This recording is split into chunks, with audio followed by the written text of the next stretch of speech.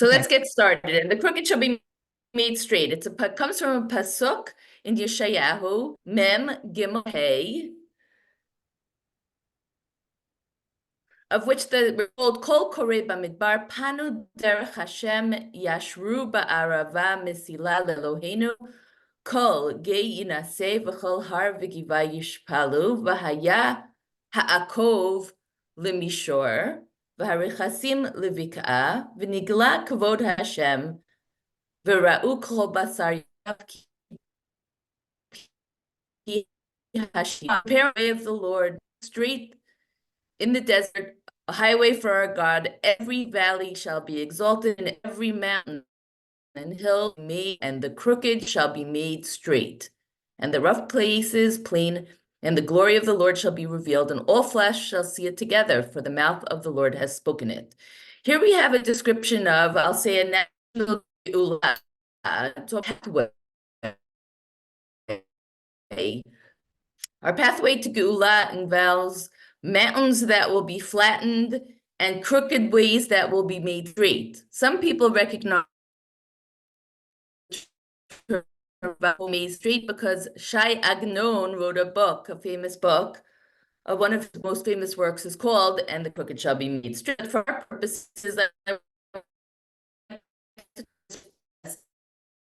as an to God made by the crooked coming straight, Hashem will try to get us there directly. But for those of who notice the words Akov,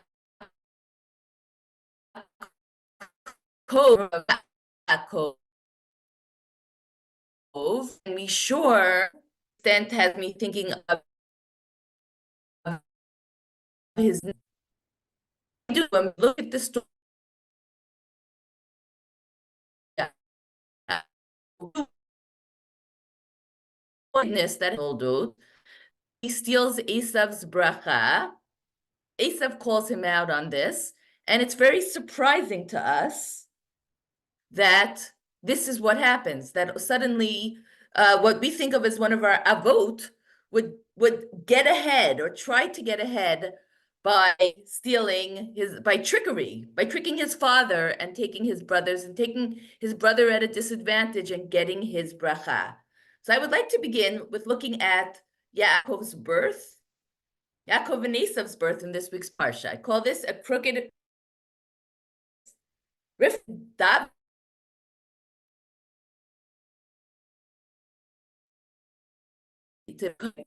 Tomer Imkein Lama Ze Anochi Vatelech Lidrosh Et Hashem. Now she, of course, thinks it's a normal pregnancy. She's waited her whole life to become pregnant, and yet we're told that the children are wrestling within her.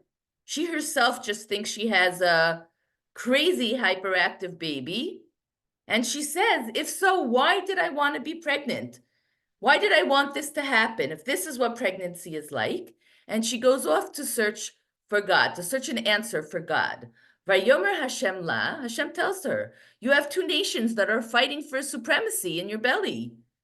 I'm not sure at that point if she understood that it was twins, but I think she understood there was a duality there. And she was told, Virav Ya'avod Sa'ir, which most of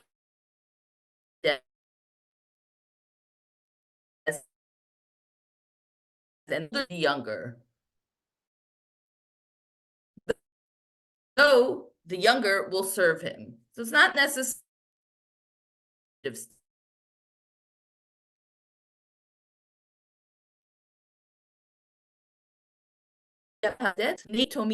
behold, there are twins in her belly. So that would be the answer to why it is such a strange pregnancy.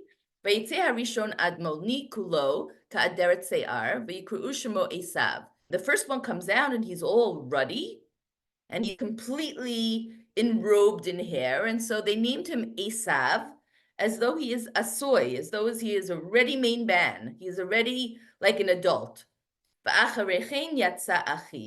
And after that came his brother, V'yado ochezet be'akev Esav, and he's clinging to his brother's heel.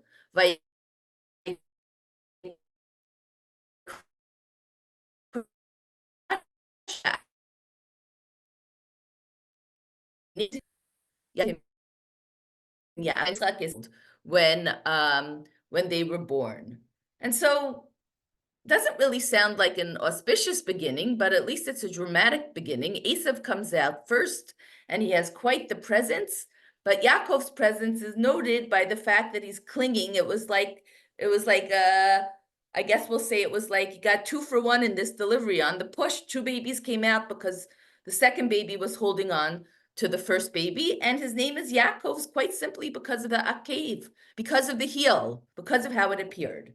And yet we know as this parsha continues, first, Yaakov manages to barter with Esav, or should I say Esav barters with Yaakov and is willing to give up his bichorah, his birthright, in order to be able to get a bowl of lentil stew. And as the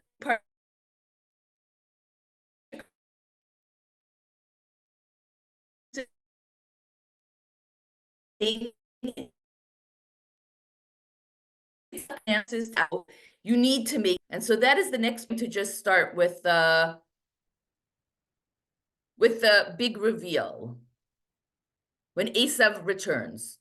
Before we can even begin with this, to take a minute to wonder, what is Rivka thinking?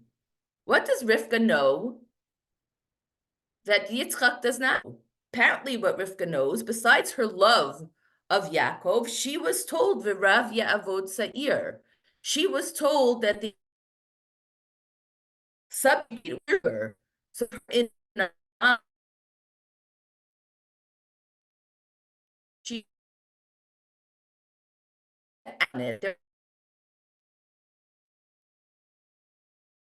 not into, there was something otherworldly about her. There was something very kind and gentle about Rivka that she did not want to confront him, or did not think that was worth it. So whichever way, Rivka encourages Yaakov to come in and get bracha instead. And when we think about it, I guess that else told anybody that. So it wasn't a crazy idea to think there's going to be the bracha that Yaakov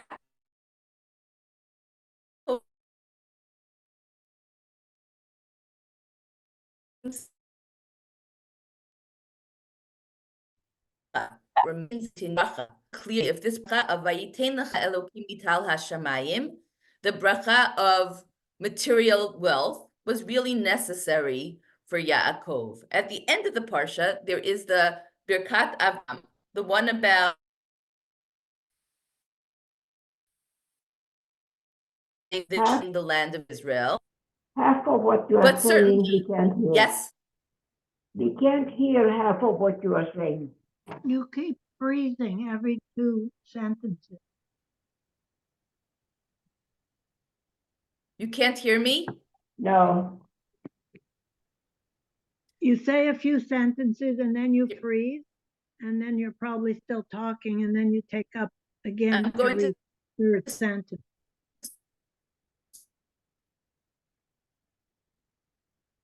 maybe you go out and come back in.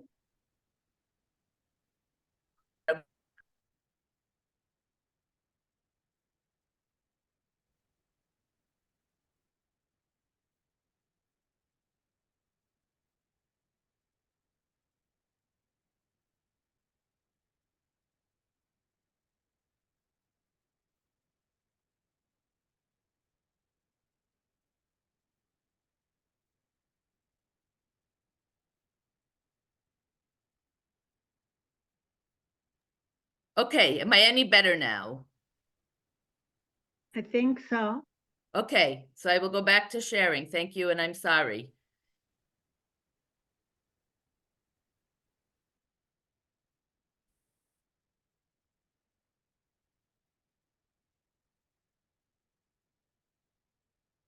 Okay.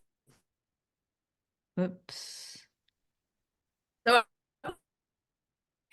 We don't see your screen yet.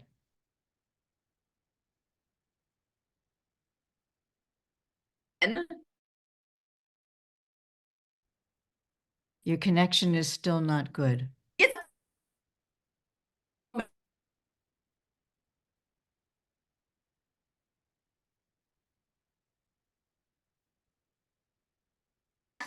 Is your Wi-Fi, is your Wi-Fi working in your house?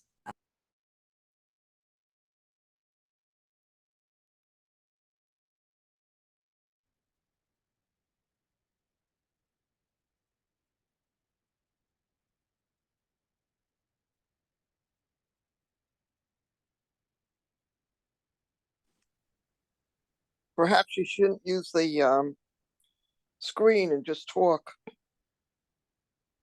You're muted. You have to unmute. Okay, can you hear?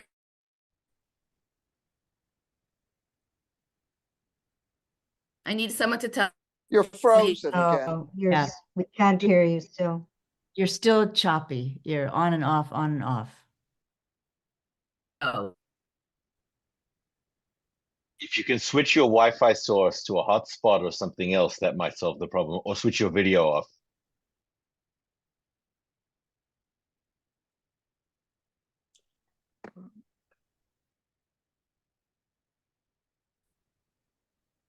Sometimes Menachem uses his phone when he gets into a situation like this. you still can't hear me at all? We just heard you. We just heard you now. Okay. So I'm not going to put on the screen then, and I'll stay like this. It seems to be that Esav complains that Yaakov has tricked him not just once but twice, as we see from the Ibn Ezra that the word vayakveni, which sounds like he had supplanted me, it means he had deceived me. So suddenly the name Yaakov means more than just holding on to a heel. It means to be deceptive, which is what Yitzchak says. Ba achicha b'mirma. Your brother came in trickery. Now Yitzchak himself says, Gam baruch yihiyeh. He's not denying that Yaakov gets the bracha. He's just saying that your brother tricked you. And Esav says, yes, he's tricked me before and he'll trick me again. And when we think about it, this seems to be the issue for Yaakov. Whether or not he gets the bracha is not as disconcerting as whether or not he should have used trickery instead of just talking directly to his father. What his mother avoided doing, perhaps Yaakov should have just said, I bought the birthright. I am Yaakov. I get the bracha. And he did not. At this point, I would like to talk about the consequences, because the consequences seem fairly obvious, I guess, as you look at Yaakov's life. Even though Yaakov does get Vayitein lecha ha'elokim mital hashamayim, Yaakov is wealthy. And Yaakov is a big person. This bracha does stick to him. But the consequences of taking the bracha, the Yaakovness of it, stays with him for all the stories moving through Sefer Breshit. For example, next week when he meets Rachel and he wants to marry her, what happens? His father-in-law, Lavan, switches the daughters. So here, Yaakov, Yaakov, the younger son, who dressed up as the older son to trick his father, is now tricked by his father-in-law, who dresses up the older daughter as the younger one to marry him. A complete flip. And in fact, the slap in the face of it all is the fact that that Lavan, who is a tricky guy, gets all self-righteous about it and says, Lo ye'asechen bimkomenu. We would never hear we would never give the younger before the elder. We would never disrespect the elder. What musar is it for Yaakov? Again, in the end, he'll marry both sisters, and this will determine the nature of his family and the drama in his family moving forward. But for him to be given the older daughter dressed as the younger, when he himself dressed as the younger in order to get the blessing of the older, the Torah is telling us that's where the problem lies. We move on to the story of him leaving. He leaves Lavan's house, and for Yaakov, who was told that he lakach the bechorah, he took the bechorah, he took the bracha, and now in Yaakov leaving, the house of Lavan, there is lots of vayignov, vayignov. Rachel takes the trafim. Yaakov is accused of taking Lavan's heart.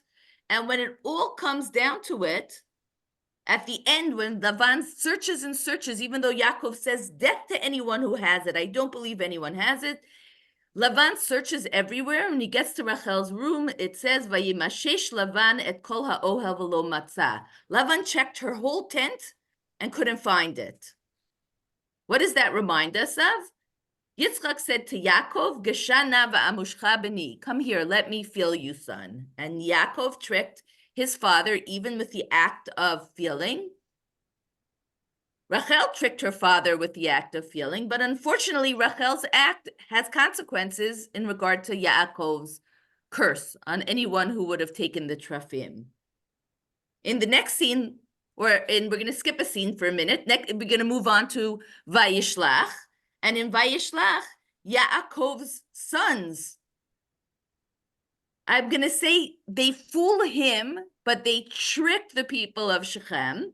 And we're told, Vaya'anu b'nei Yaakov et Shechem ve'et chamor aviv b'mirma v'yidabru asher timei, sorry, et chamor aviv b'mirma v'yidabru asher tima et dina achotam. This time Yaakov gets the wool pulled over his eyes as the deal he made with Shechem, and he made about Shechem that everyone should have a brit milah, his son, or that they should have some peaceful existence. His sons come do a whole trick on the people in Shechem. They should have a brit milah. Then they go in and massacre the city. And again, we have this word bimirma, that it's done in a tricking your father kind of way.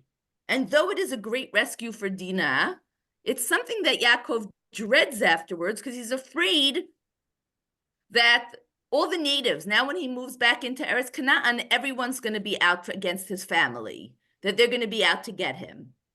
And the truth is, this also sets a tone then for how he feels as he's coming into this land feeling like he should feel like he's the moral high road. He's the person who's the monotheist. He's the one who's following in Avram's paths. Instead, he's got this massacre, this deal that he made that was not kept because his sons tricked him. And finally, I think the ultimate harm to Yaakov from his trickery is in how his sons tricked him. His sons, vayikchu et ketonet Yosef v'yishchetu se'irizim v'yitbalu et hakatonet bedam. Here is Yaakov, who has a bechor in his family, a firstborn who really is his youngest, Yosef.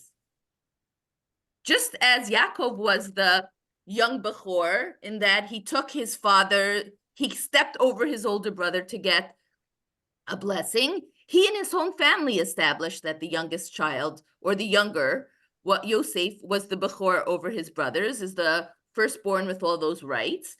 And when the brothers want to get rid of Yosef, they take Yosef's coat and they dip it in the blood of a goat. How reminiscent is this of Yaakov's own behavior? He took his brother's coat, he wore the fur of a goat, and it's these exact elements. You can't get anything more literally damning than that the coat, the goat, and the young bechor are all in a scene again, this time against Yaakov. And while Yaakov may have tricked his blind father, Yitzchak, that Yitzchak couldn't tell, his sons trick him with a visual also. They show him the coat that has the blood of the goat, and they say, look, what do you see? And Yaakov's vision tricks him in that he says, oh, it's Yosef's coat. It must be that he's dead. And the consequence of it is Vayifk Oto Aviv. And his father cried for him. Here is Yaakov crying from the coat and the goat and the firstborn child because he is tricked with his vision into believing that his son is dead. Not that it was such not a mila that his son was in slavery, but that's a whole other thing. But in terms of it was as though a scene was being replayed to him. Using the elements of trickery, he loses Yosef, his youngest bechor. And again, within there, not just the cry of Esav that now Yaakov is crying that way, but even the fact that when his sons come to him and they say, Hakerna, Haketonet, Binchahi, Imlo, do you recognize, is this the coat of your son or not?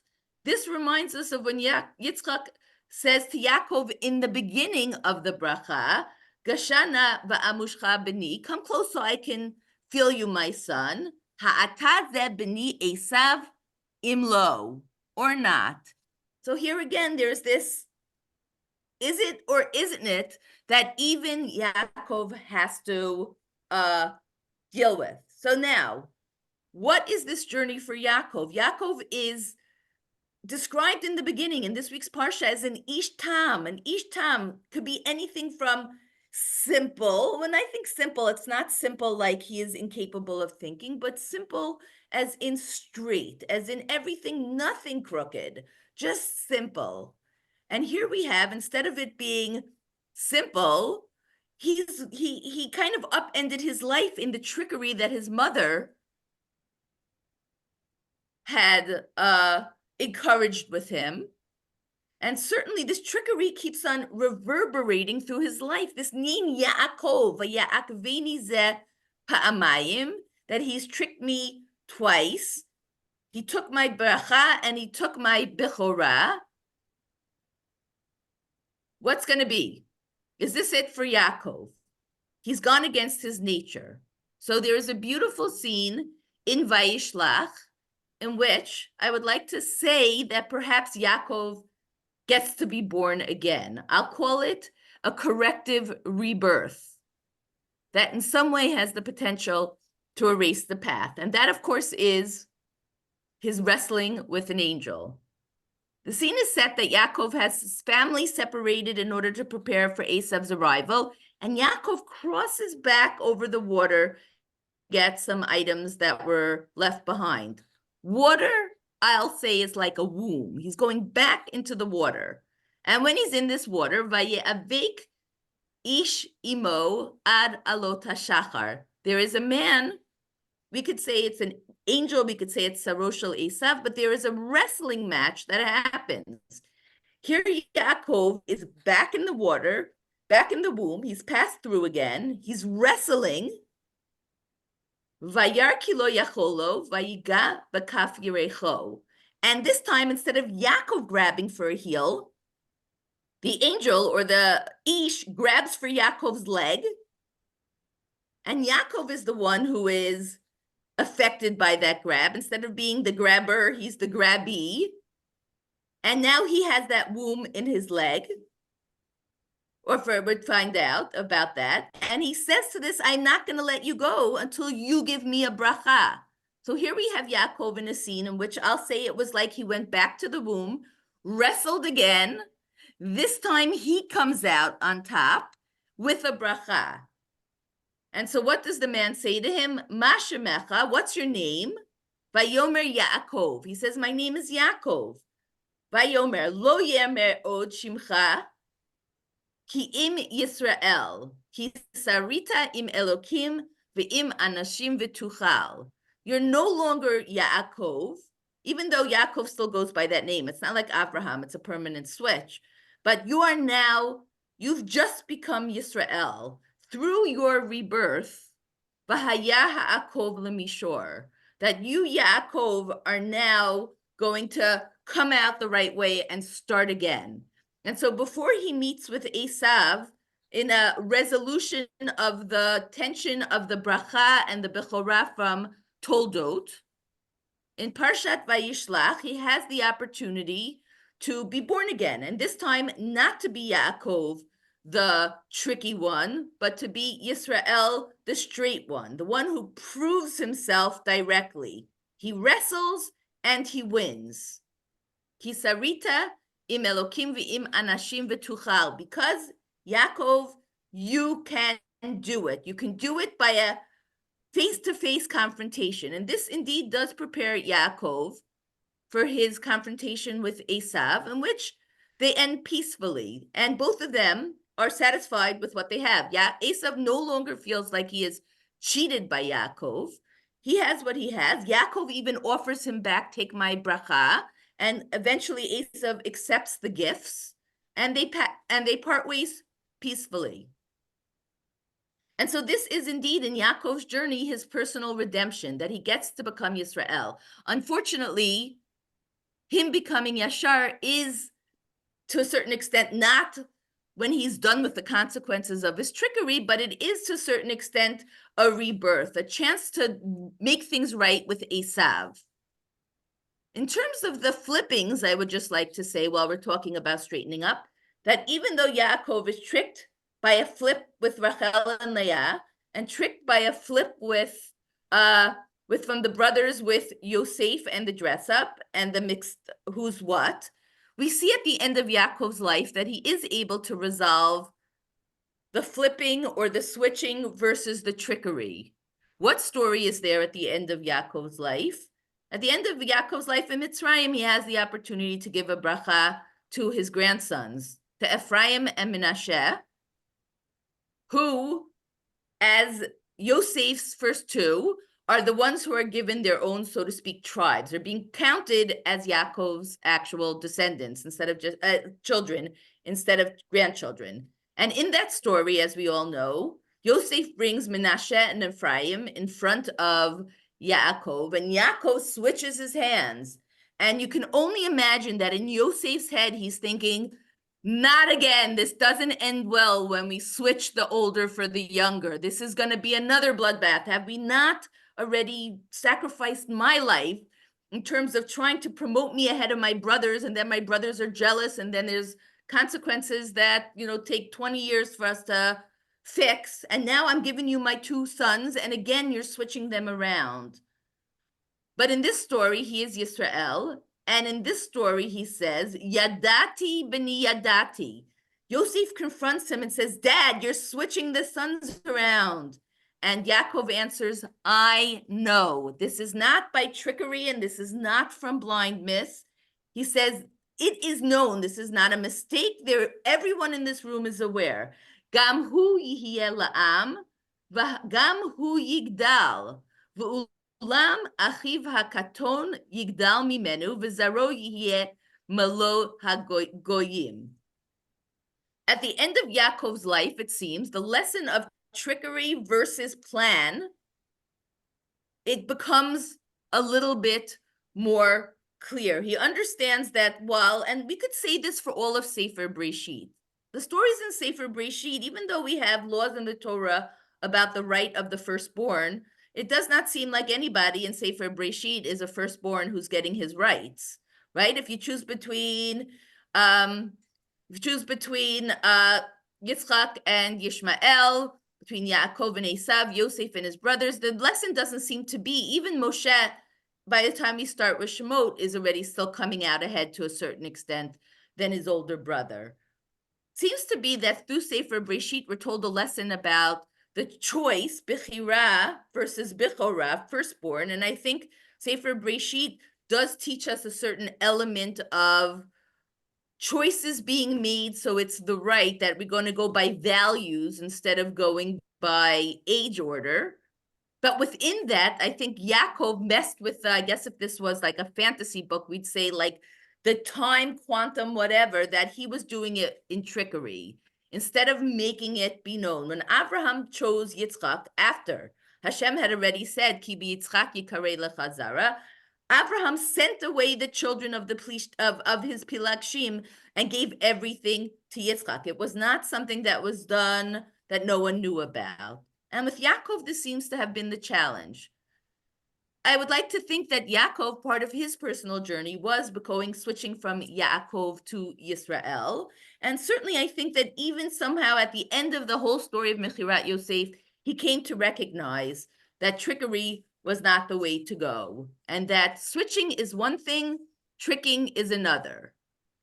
And with that, I would like to recommend another option. In this week's Parsha, Toldot, anytime we see Akev or Yaakov, has to do with Yaakov, except for one place.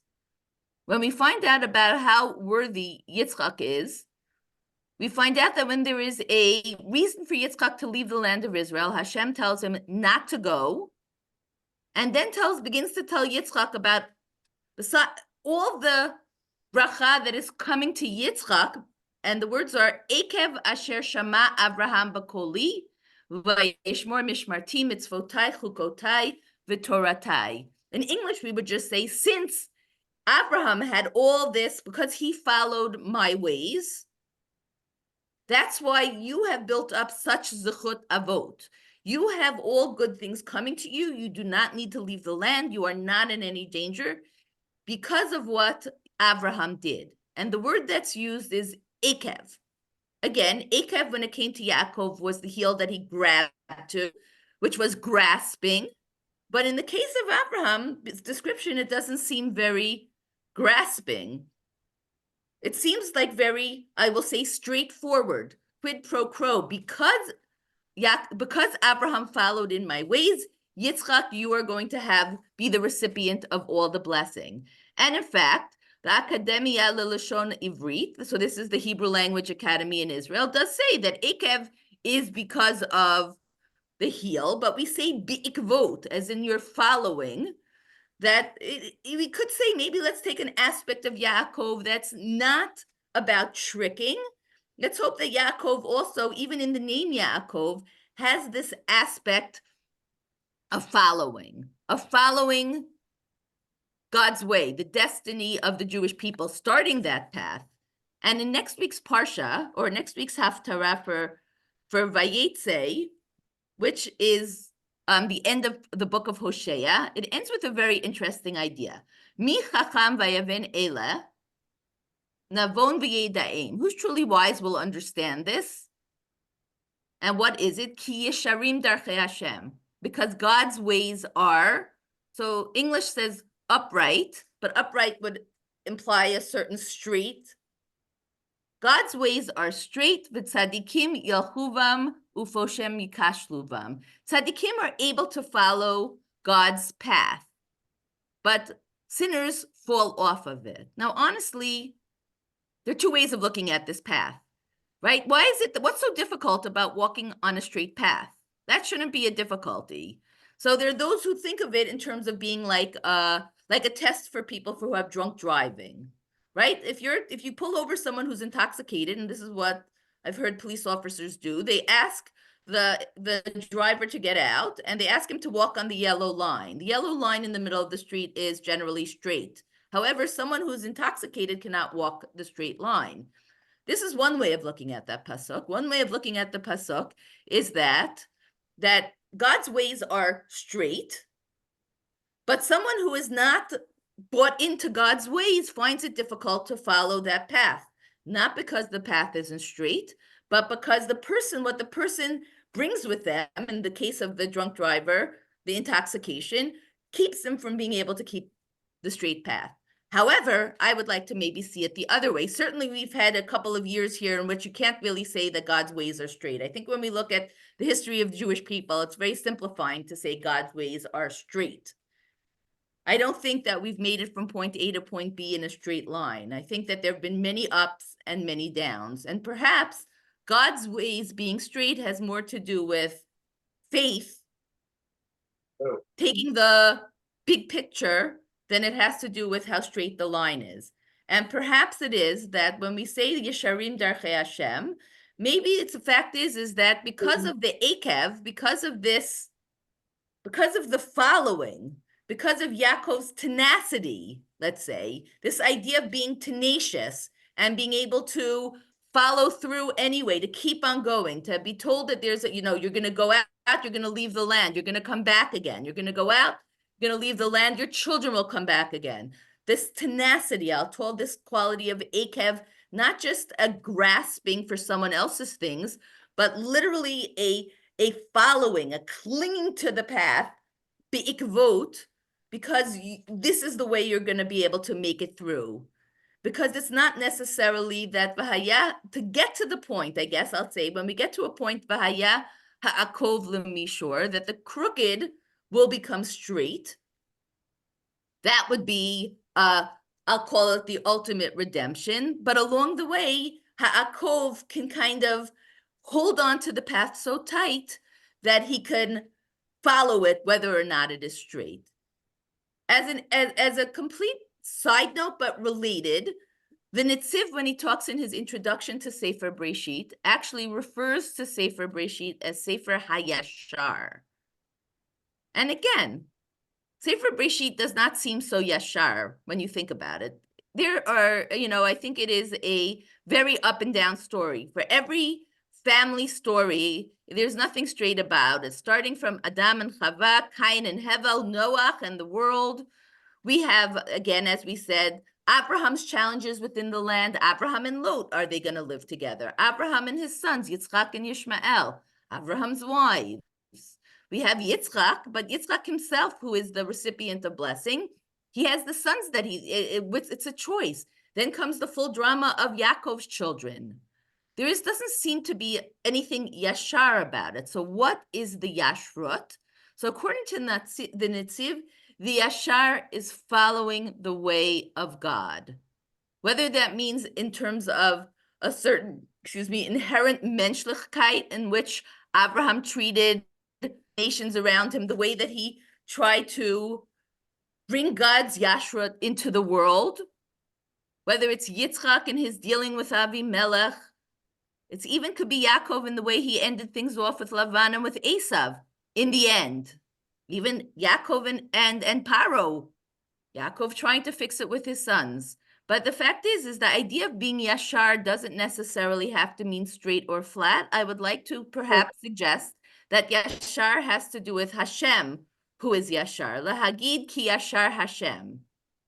The fact that following he who has set the standard, whether it is the belief in him, the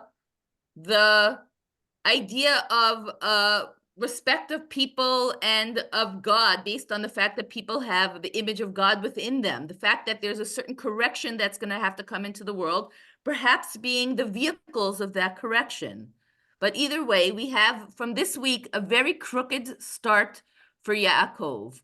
Yaakov is named Yaakov, and within our Parsha, his brother accuses him of being tricky. His name seems to be that he is clingy. He's being accused. His father says he came b'mirma. Certainly, as we look at the Yaakov stories, the mirma comes back to get him. The mirma keeps him from having what we would call a linear existence. Everything has to be more difficult for him. Everything comes with consequences. Yaakov has the opportunity to become Yashar when he becomes Yisrael. And certainly as he moves forward, he tries to go about things without blindness and without tricking, with making things known. And only at the end of his life is he successful with that. But in terms of being Titain Emet, Yaakov, that there's a certain amount of truth and I'm going to say, trying to think of what resilience, I would say tenacity. That's the word I was using, tenacity that Yaakov represents. And perhaps that's part of the Yashar too. Certainly when he became Yisrael, it became because of his tenacity, that he wouldn't give up the fight. And I believe that I would love to say that us as being Bnei Yisrael and being in the land of Israel, that aspect of tenacity and not giving up and wanting to be able to bring, we say that Yaakov is the element of emet, but also we say emet Hashem le'olam, to be able to bring the truth of God to the world and to be able to, I know that, throughout history, everyone says the Jewish history, the Jewish journey, which is definitely a crooked up and down path, shows the hand of God in history. That is us under the name of Yisrael. My timing is very strange this week, but I think that brings me to an end. I'm sorry about all the technical difficulties. I really hope you were all able to hear, and I would love to hear if anyone wants to unmute and make a comment. I'm all for that. What was the parak in Yeshayahu where it talks about the crooked road? So the parak in Yeshayahu it's Yeshayahu 43, pasuk 3 to 5. Yeshayahu mem, gimel to hey. I happen to have this wish I mean, look, we always say about Jewish history that in the throes of it, it seems so impossible, but yet we always, in hindsight, are able to appreciate how, in the end, we still, whoever thought we would come out on top, whoever thought we would still exist. But perhaps that's a description moving forward also, that maybe all the bumpies, at a certain point when we hit that moment of Geula, the bumps will kind of narrow down and there'll be less of this and more of this, that we should not just see backwards how we got here, but we should be able to look forward and see how we get there as well. Leah, thank you very much. Especially, I really enjoyed your deep dive into Akev, Ayin Kuf Vav, and how you dissected it and pulled it out, stretched it out, and showed its inner workings. And I especially liked that you highlighted the Akev Asher Shama, which is I feel Love- for Yaakov. He doesn't really get off well in this week's Parsha. That's the honest truth. Like, and it's very hard for us as a people to feel like we did something like that, or whatever is it, based in some sort of dishonesty or in trickery, and maybe it wasn't ours.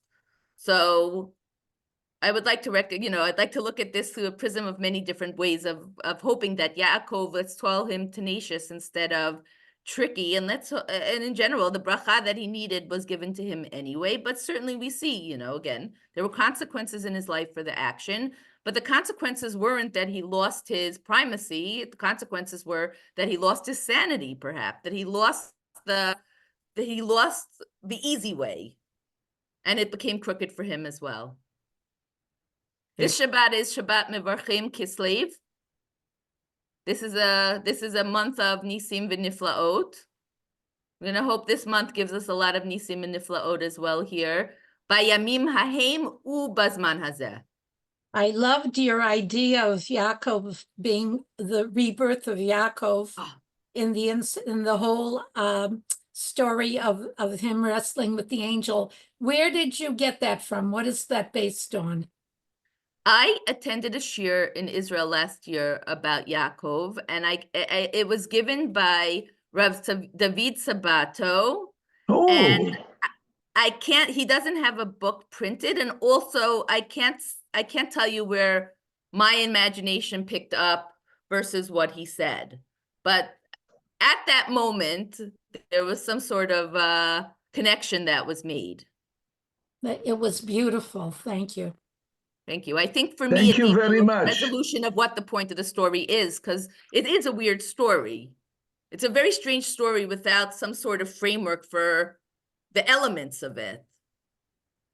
Like in the middle of this, to just have his name changed, I feel like there was more going on than that.